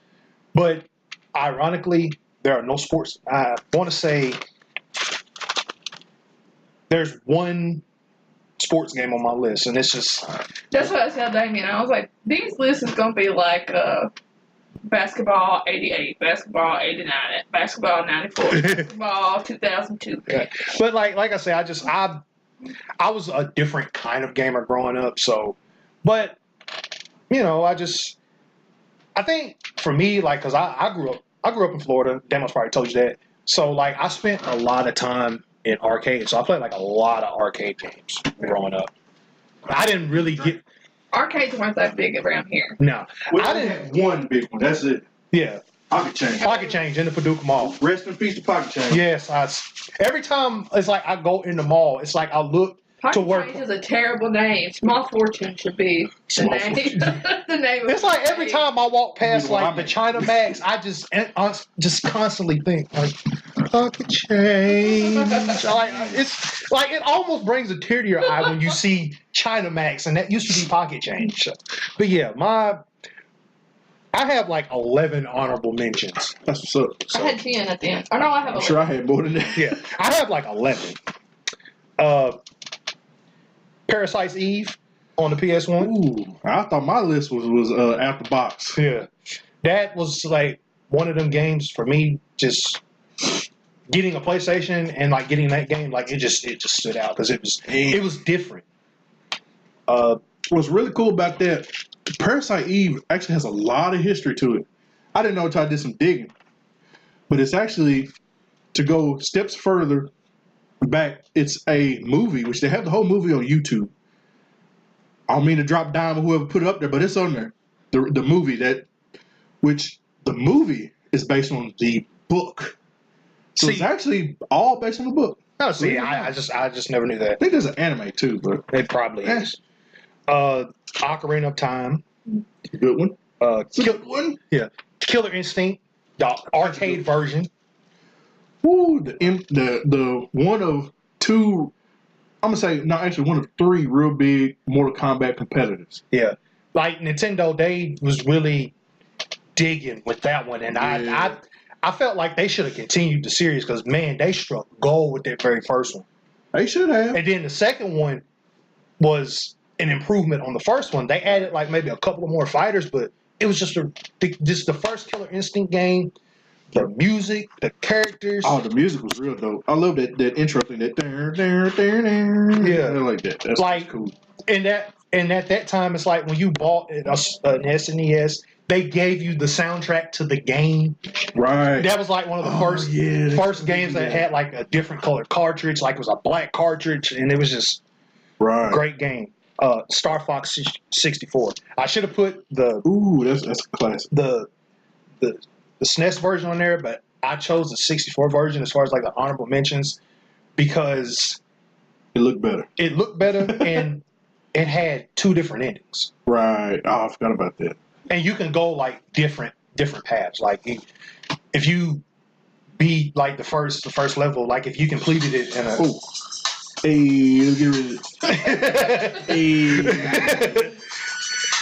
That's like my ringtone. I don't even know why. No, wait, no. That was like actually hit a button. We're gonna talk about that though. But yeah, just Star Fox 64 and do a barrel roll. That iconic phrase from that game, and Slippy getting lost and foul. Slippy was trash. Slippy was trash. I would have fired Slippy right there in the mission. Like, look. It's like every mission, like certain missions, it's like you find yourself having to go get his ass. Slippy, so it's like Slippy, what are you doing? Slippy, when we find you, go home. And then Star Wolf just constantly talking shit. Oh yeah, Star Wolf, man, he wasn't playing. That's the thug brother right there. Yeah. Debo. NBA Live 95. It's on my honorable mentions.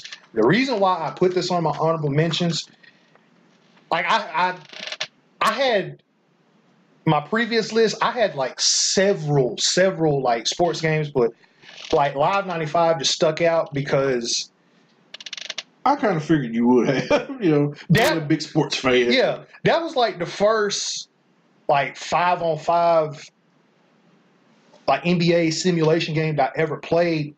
And I was just mesmerized by like the graphics and everything else. And that was like one of the very few like NBA licensed products at that time. So I had to put that on there. GoldenEye. Yes. GoldenEye ruined friendships. Yes, it did. GoldenEye was just the multiplayer. That was like the go-to party game. Right. It was just a go-to party game. It ruined friendships. Like you could play Mario Kart was the go-to party game. It is right there too. But like that should have been an honorable mention on somebody's list. Yeah, but GoldenEye, that was. You can start fights in the living room over GoldenEye. It's the monopoly of the video game. Yeah, it's one of them. That's what it is. Don't let somebody get the golden gun. Like, here you go. Yeah. Bow. Yeah. One shot, you dead. Yep. And then, if you was like me and like several of my friends, we had a rule where the golden gun could not be used at all.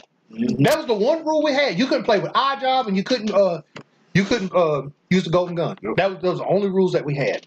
I hated proximity mines too, man. Yeah. Bro, shout out to my boy JT. I'm gonna say it. He was smooth with him. He'd hurry up, put him in that little secret door. Man, you think you cool, go get a secret door hide and blow straight up. That was a for real bro moment. Yeah.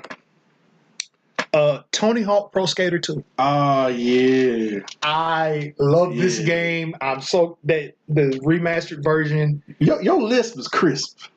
I'm just like, yes. I love Tony Hawk Pro Skater 2. The music, man. The music. That was all right. See, what introduced me to that was Rob. Shout out to Rob. He introduced, because it was all in skating stuff at the time. And I was like, man, what is this y'all playing? The PlayStation. Oh man, this is cool. Man, I was like, went out there and bought it myself. I was like, I got to have this, man. And we'd be like, even when I played with him, man, we'd be on there trying to get all the tapes. Like that was one of them games that was like really, really time consuming. I don't remember which one I played, but I remember one had a Rage Against the Machine song. Yep. And I was all about that song. Yeah. Shout out to Alley Life. Alley Life had like two songs on there. Don't nobody hardly know who Alley Life is. Look on YouTube. It's on there. Out with the old, in with the new. That's one of them. Mad 94. And the reason why I put this game on my honorable mentions, it was actually 10B on my original list, but I took it off. That was the first time that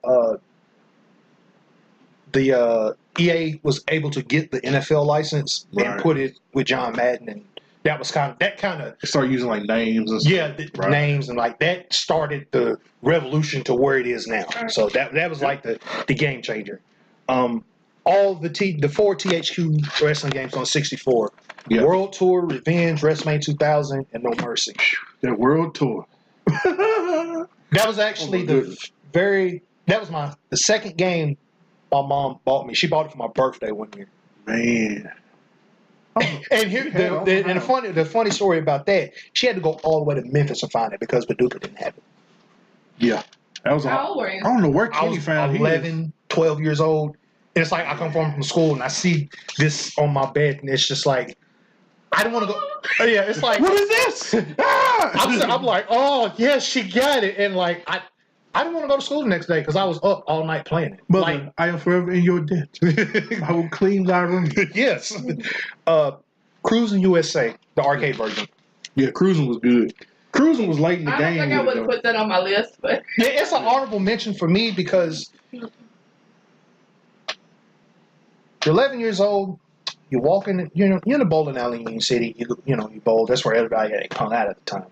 Right. You turn to your right and you see this monstrosity of an arcade console, and it's like, what is this? Cruising USA. Okay.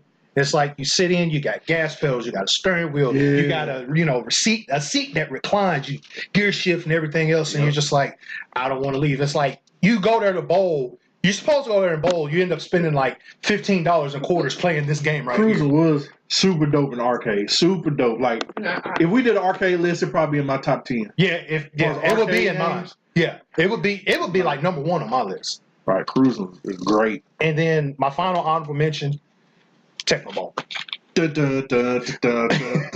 Bo Jackson. No said. And the weird thing about Tecmo Bowl, that game still gets produced to this day. Yep. Like they have like this big Tecmo Bowl tournament in like Wisconsin. ESPN did a story on this. Wow. They have a Tecmo Bowl tournament every year in Wisconsin, like right around the Super Bowl. Right. And they have like the updated rosters, the updated NFL rosters. Oh wow. On the game. It's crazy. Wow. Like I never. Tecmo Bowl low key started some fights too. Bo Jackson. Bo Jackson hitting that sideline, it was over. Yeah. It was a wrap. Bo Jackson hit the sideline, boom. That's there it. You go. All right. And now, my top 10. Coming in at number 10, we got Resident Evil. Resident Evil 1. It's a classic.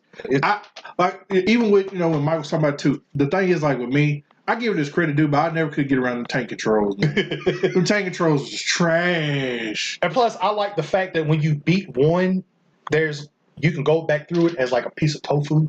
Yeah. That was the thing about Japanese games. They always had that weird stuff in it was just a weird, and then like you had a time limit. Wait, what? You go through it as a you beat the game, and then you can go back through it again as a piece of tofu on like the hardest difficulty on the game, and you have like an hour and a half time limit to beat the game. Yeah, Japanese put a lot of weird stuff in the game.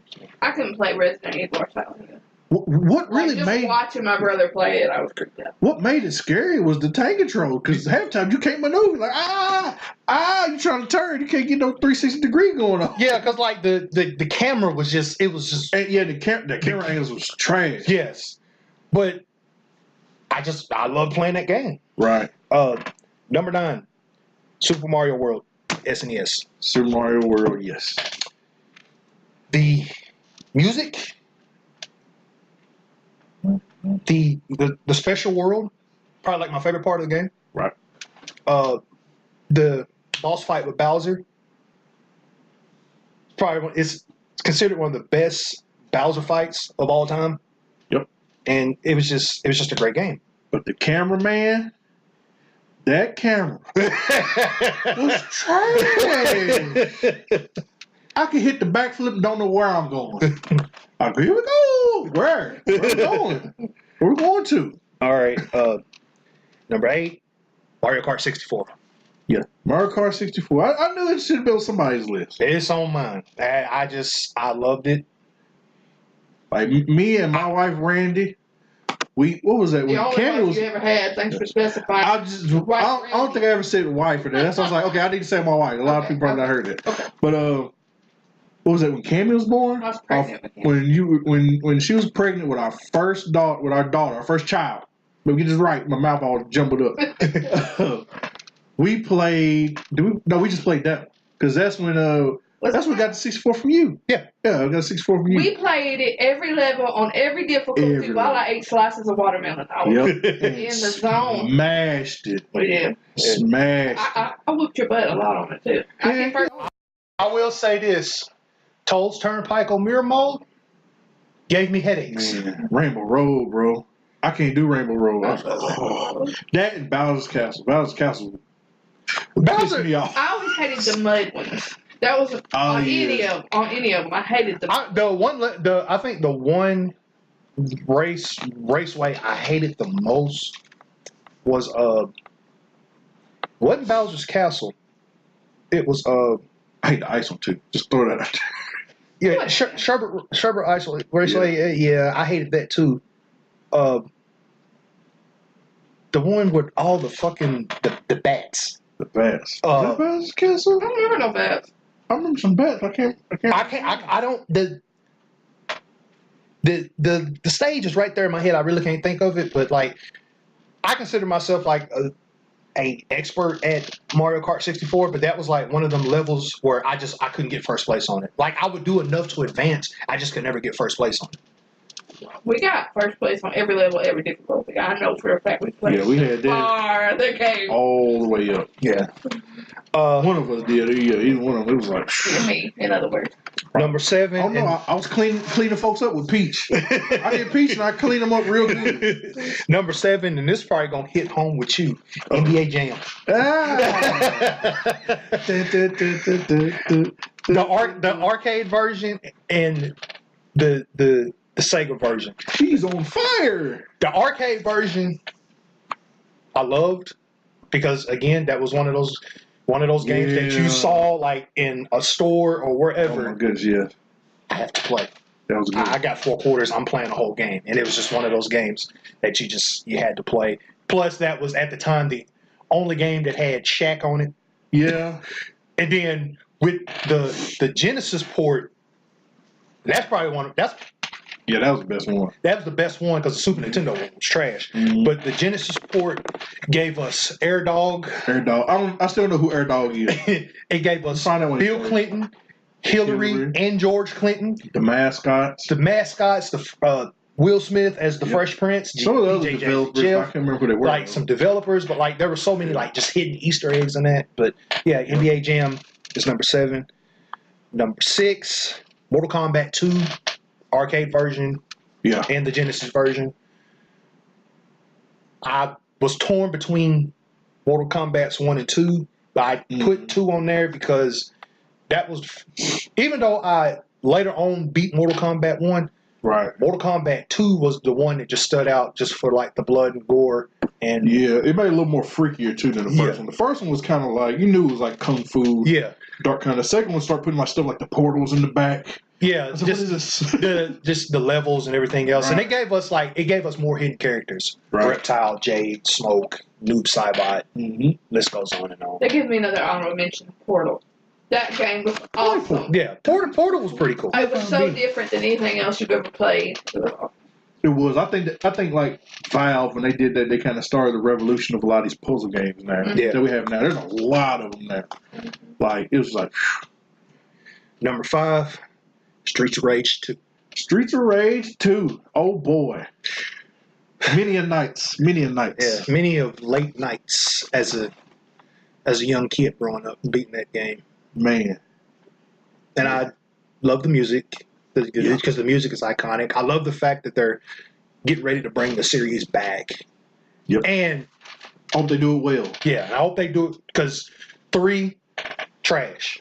Yeah, the third Streets of Rage was just straight trash. I'm still trying to figure out. I'm sure there's a reason, but why they had the old Kung Fu man who swole up with the arm. I never played any of them. Is it a beat 'em up? Yeah. It's a beat 'em up, but it was fun. Yeah, it was really really fun. It was like Sega's answer to Final Fight. Right. When Final Fight was jumping off from Capcom, they was like, okay, what we got to do? Yeah. Streets of Rage. And like I say, the music is so iconic. It was just a great game, and that was one of the first games that had multiple endings. Yeah. Only thing is they snuffed out the black dude in the original. What was his name? Adam. Adam. They snuffed out and bring his brother in. Skate. Like we gotta talk about this. That was some old school profiling there because he come in with the backwards hat. Some of the rollerblades. I don't know. Black folks mess with rollerblades too much. Not at that time. But like, things got to have. We got to have 4 of them. They got to be spread out. Kind of in line. Right. Because like Axel, he's probably like the most balanced character. Right. And then there was the chick, Blaze, because you got to have a female character. It's like Skate. She was the quicker, sort of. Yeah. Skate was like the quickest, but the weakest out of all of them. And illogical, because you ain't gonna whoop nobody with no rollerblades on. Yeah. You gonna skate up somebody, get about 2-3 hits, they gonna throw you, and then you done for the fight. Yeah, and plus, like, I ain't gonna lie, like, Skate had this one move where he would jump on people's heads and tag them. Yeah, he would beat the head in for a little while. And then I'm guessing Sega. And flip off. Yeah. Like, what? Really? And I guess Sega's answer to Mike Hagar on Final Fight, Max.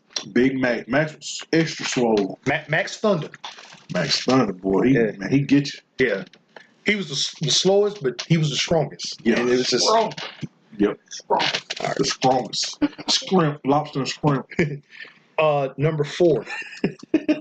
Street Fighter Third Strike, the arcade game. Third Strike. Street Fighter 3, bro. Love it. The music, again, that's one of those games where the music, the characters, and I like for the simple fact, Gil, the boss, hit him when he's down, because once Resurrection comes, you might as well just give up. Mm-hmm. But again, that was just one of those games that stuck out. It's probably one of the last Street Fighter games I played in an arcade. Rest in peace, Pocket Change. Right. And it's probably one of the few arcade games I actually beat.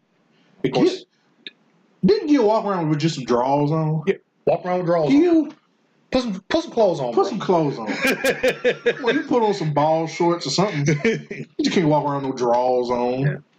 Think you a deity or something. Man, take all that paint off. So the boss in that game was my daddy. Did he have a shirt on? No. No, that was my daddy. He just walk around with some drawers on. Draws on with flames for hair. Yeah. So my daddy ain't got no hair. So. And he was like 2 different colors. Yeah, he was painted. Take that paint off. And I like for the simple fact that the game had rivals. Right. So like if you, let's say you select Hugo, you go through the game and then you got to face Alex, and then like they do like a little small cutscene and then you fight. Ken and Ryu, they would dap each other up before they fight. It was just Ricardo in it. Didn't Ken and Ryu have kind of a Leonardo and Raphael thing? You know, where one was like the good guy leader and the other was like wanted to be the leader, but he wasn't quite the good guy. They were kind of rival. Ryu was always more serious. Yeah, Ken was more of like he was more like a jokester, but when it was time to fight, he'd fight. Right. He was like your homeboy. You got to tag in real quick. I feel like this should have been a really good Street Fighter movie. Because Mortal Kombat movies, if you could do a Mortal Kombat movie, not that they were great, what could you not do a Street Fighter movie? Did they even do a Street Fighter movie? Oh, yeah, they did one with Jean-Claude Van Damme, but we're not going to talk about that right now. I'm going to say the same thing I told one of my streamer buddies on Twitter who posted this, said, they was talking about some movie coming out, Capcom movie.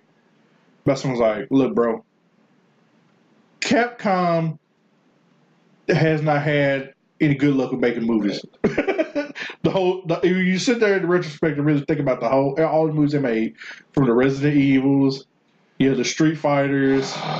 There's some more I just can't think of off the top of my head. Those are really just the only 2 that stick out. Yeah. Resident Evil, some of them did pretty good. I mean, not that I liked them. They did well, but they didn't really live up to expectations of like being having as much resource material as the games did. Yeah. They kind of messed all that up, but and start putting like characters from the game there later on in pieces, and they just weren't no good. What kills me about the Street Fighter movie is it's trash. First of all, yes, it's trash. It's trash. That must have been like late 80s, early 90s when they made it to his Jean-Claude Van Damme. It was early 90s. Yeah, about around that because what's his name? Rest in peace to him. What's his name? Razgulia? Yeah. The guy who played Gomez Adams was Bison. And he died like literally right after the movie. Yeah, that was his last movie. Yeah. And you got Miguel Nunez as DJ. Have Blanca? Because you'd have to have like a really interesting backstory to explain Blanca. They didn't explain nothing. No, they didn't explain nothing. He was stuck in a test tube and was looking ugly. Yeah. It's like the same thing with Cammy. It's like Cammy's a mercenary who worked for Bison. Why is she on the side with Guile? Played by early Kylie Minogue. Yeah. Which a lot of people don't know that. But and T-Hawk was in there for like 5 seconds in the jet. Right. It's like, bruh, come on, man. We don't need to see you, DJ, because Miguel Nunez, we don't need Joanna Man as DJ. It just ain't gonna work. You just know. And then, but like the crazy thing about that is they put characters in the movie that wasn't even like in the game yet. Yeah. I'm like, wait a minute, y'all rushing stuff. And hold on. I never did think about this. Where was the one guy? How come they didn't put him in the movie? What was his name? I hope he wasn't supposed to be the commander. Remember the Bruce Lee dude? Fei Long. No, he wasn't in it. No, he wasn't. I bet he was supposed to be that commander dude. Oh, yeah. Because he was in that trash game, the arcade. Hang on, see, Who was the Indian Chris Armstrong dude? Oh, Dawson? He was in there too. Yeah, and they messed him up. They stereotyped him, made him a doctor. All the Indians should be hot at that. They made him a doctor in their work around. How you gonna look like Dazine? You do yoga and you can make some pills. Put it to you like this. Yeah, it's like put it to you like this. Yeah, put it like this. He basically tried to wipe Charlie Blanca's mind. Yeah. To create Blanca. Yeah. They gave him her. He had her in the Blanca movie. was originally a regular human. Yeah. If I'm not mistaken, he was Guile's partner. Yeah, he was Guile's best friend. Yeah. Guile's best friend in the movie. I remember Guile. Who's Guile? You don't remember the haircut? The soldier. Blonde? Yeah. Yeah. Jean-Claude Van Damme. Okay. But yeah, just Street Fighter, horrible movie. Oh. They could make a good one now. Yeah, they could. I don't know. They tried with that Chun-Li story, and it still was good. They had the guy from the Black Eyed Peas as Vega. Yeah. It's like, why don't you go sing some songs? Right. So, you're not a believable Vega. Where's the love? Not in that movie. Go somewhere else and find it, bro. All right. You cool when you dance. You can get with it. I better shut up. Because Joe Budden was talking about him on the podcast where they said dude scared the crap out of him. They're firing me with that claw or something. All right. Number 3 on my list, Sonic 2. Sonic 2. This is a good one. That's the one with Tails for the first time, wasn't it? Yeah. That debut Tails. And at the time when you bought a Genesis, that was the first game you got in. Mm-hmm. You got. I was never good at Sonic games. So. Oh man, I love Sonic 2. I was horrible at it, but I loved it. I don't think I ever beat a one. I'd be lying. First one of these I come to, nope, can't go no further. I could never get through them. I had to hear him stop and go all the way back and do the charge. Yeah, that's when they implemented the charge. I love the boss fights on the second act of each level and the final act of that game. It was hard. But once you beat the game, it was well worth it. Which one of them had the robot Sonic? That was 3, I think, wasn't it? Or no, CD? 2. 2. Okay, I remember that. Because 3 introduced us to Knuckles. Oh, okay. All right. I knew something was missing. Yeah. I never heard of one of the early ones. Number 2, Street Fighter 2 arcade. Street Fighter 2. And the SNES version, because the Sega version was trash unless you had the turbo controller. Yeah. Yeah, pretty much. You get toe up. Yeah, you would get toe up. Clean you up real fast. Mm-hmm. That was one of them games. Like, I had friends that had Super Nintendos. I was like the one person that had a Genesis. So it's like if I wanted to play Street Fighter, I had to go to their house to play Street Fighter. Yeah, that's like our family in our house. We had this Nintendo. Yeah. And then Mike had a Sega. Yeah. It was extra nerds. We had all of them. I don't know how. But we had all them systems. I ain't gonna make no accusations. I didn't get foul play, but we had all of them. It's like I didn't get a Super Nintendo until late in their life cycle, and by then, like, right. I think we did get them kind of late. Yeah. It's like by then they were like the Super Nintendo was like kind of on the decline. Right. So well, it's kind of like how PlayStation and Xbox are now. You had one or the other. Right. So, but yeah, just Street Fighter 2. You know, us broke folk. Yeah. Yeah. Like I was explaining to her, I spent a lot of time like in arcades and stuff like that growing up. Like the first time I played Street Fighter 2, I actually played it in a laundromat. That's what's up. Like I'm, 6, 7 years old. I think I played at Walmart. Walmart used to be real dope. I always kill like 1 or 2 arcade games off in it. Because like you see like the older people playing this, and like you sit there and look, and it's like when you finally play it, it's like my turn, and then I still use Ryo to this day, and I let people catch these hands. I was always a Guile guy at first, and then later on I migrated to Ken because Guile, you had to sit there and do them hold moves, and I wasn't feeling that for a while. Yeah, if you get them, boy, you turn somebody up. Yeah. But that, and for the simple fact, I go back and I watch the long plays of the Street Fighter games now. It's like I hate those people who spam Hadoukens. Heck yeah, they will. Oh man, I hate that today. It's like you watch me on my stream, see me get cleaned up. You see it? You see? It's like you're sitting there and it's like Hadouken. It's like stop. It's like you are taking the joy out of me watching this long play. Right. But yeah, it was just. But just Street Fighter 2, it stood out. That's still one of those games that has stood the test of time. You could put that arcade machine anywhere in the country, people gonna migrate to it. Right. That's why they doing so many redos, HD remix. Mm-hmm. Then they did just not too long ago the one had all of them on there. Was it Anniversary? Yes. Yeah, I still want to buy that Anniversary collection just for the simple fact it's got Third Strike on there. Right. It's got all the Street Fighters on there, and then as soon as they announced Third Strike, it's like, yep, I'm getting it. And then the Switch, which I'm gonna give them credit for that, they have it to where you can fight in a first-person view, which is strange. Yeah, that's different. It's different. So, and of course, my number one video game of all time, Super Mario 64. 120 stars. The first time we seen Bowser in 3D, which scared the hell out of me. That's the one. Camera angles, bad camera angles. Yeah. That's the one. It's just that you had to be a pro when it comes to maneuvering and using the camera at the same time. Yeah, it was just you be jumping every direction. Yeah, it was just one of those games, but backflip end up on Mars. Yeah, you can die at any turn. It was just you fall off, you're dead. You got to go back to the beginning. It was just one of them games, and then it just like I said, 120 stars. Right. It did. That's one thing I get. That was one game that you had to invest a lot of time. Right. They knew without levels, the basic levels they used to have, they knew with that they could keep you going. In that game you had it's about 6, 7 worlds, and you got 8 or 9 stars in each world. Right. Which Mario game was it where they had Delphine Island or Super Mario Sunshine. Yeah, I like that. Yeah. Sunshine. That's probably one of the underrated ones out of the Mario franchise. I played it, but I didn't really have because that was on GameCube. It was later on Cycle. But I really would have invested.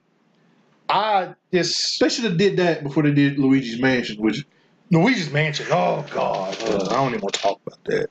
It's I understand them wanting to give Luigi his own game, but they just did it completely. Trying to make Luigi doggone Ghostbusters. Yeah. And walk around scared of him. Ooh, no. Yeah, just. And then you think about this from, our age group now. It's when did you ever expect Mario to do parkour? Right. It's you can jump off walls, you can do backflips, and it's just he will fight and everything. Yeah, he could punch and kick and this, that, and the other. That element right there kind of set the tone for Super Smash Brothers. Right. Which honestly, Mario first had hands at. Yeah.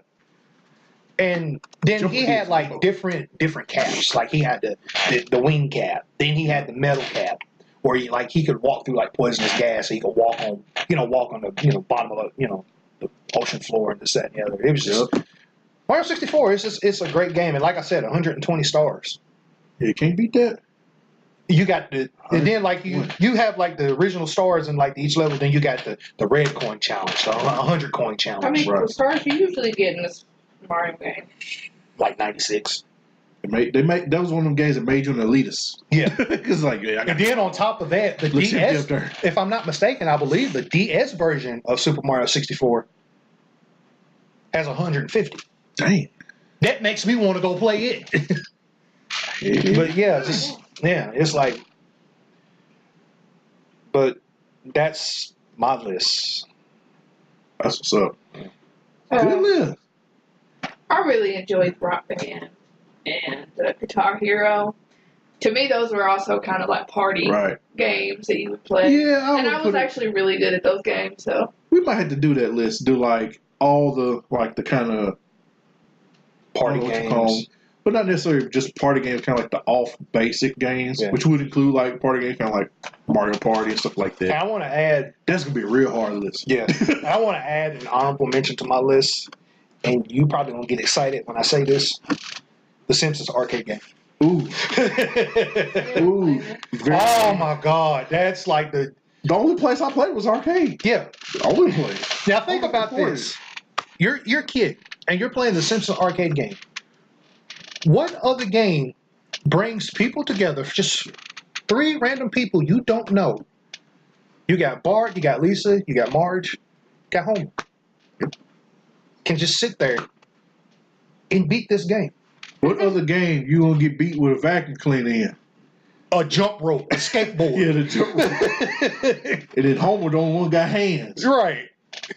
But Marge would beat you until you had freaking a big old knot on your head. Yeah, she would beat you with a vacuum cleaner. Right. Lisa beat you with a jump rope.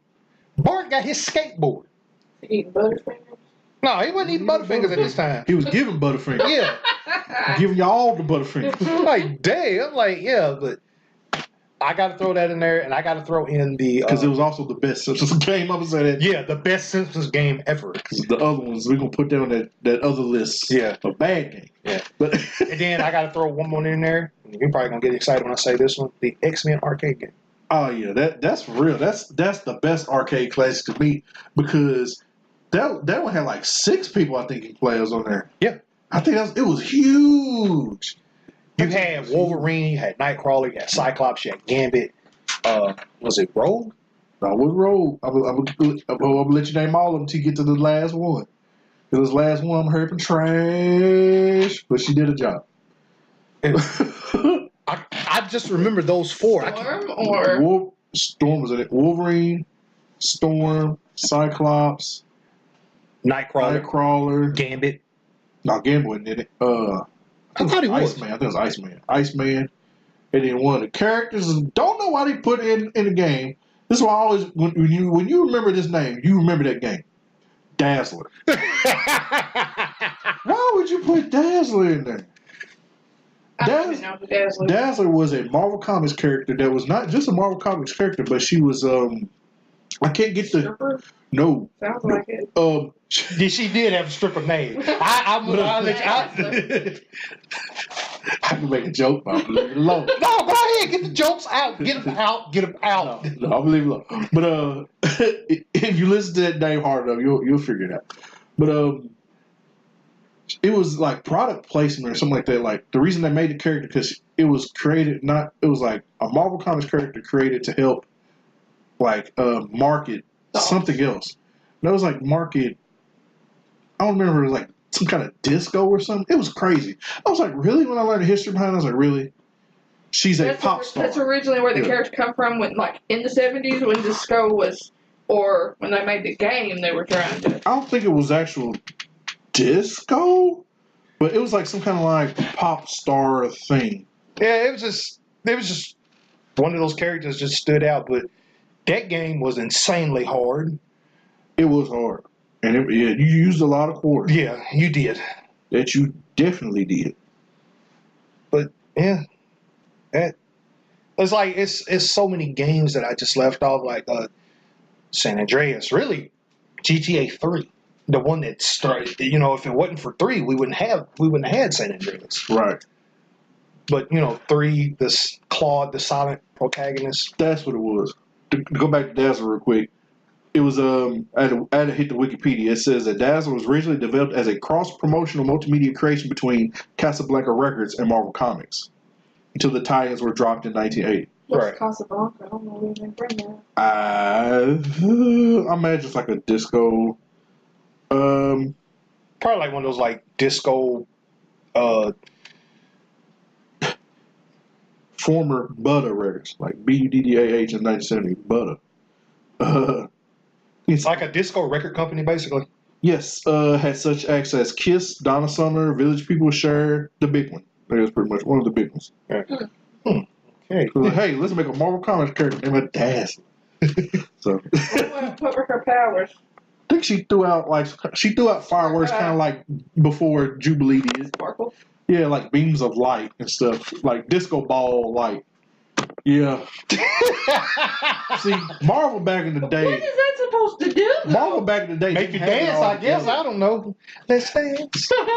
Right. I was just like, you just read a comic and just get the boogie. But yeah, That's terrible. that's a story for another podcast. Man, we have been at this for almost 3 hours, bro. Dang, I'm gonna make this into a 2-part. Yeah, but it was just so. Yeah. It was just a great time. We're not going to do this for 2 hours. It's not going to take 2 hours. Well, the good thing about that, with it being, if I split this in half, we have, boom, boom. They ain't gonna hear this till the next week. Right. But it's all good. It's all good though. But Break yeah, the fourth wall, sort of. yeah. But that's it. Thank you guys for listening. Be sure to follow me on Twitter at Eddie Endslow. Damo, drop your Twitter. Check me out at Damo Beware on Twitter. And thank you for listening. Remember to be blessed, be good to your fellow man, and we are out.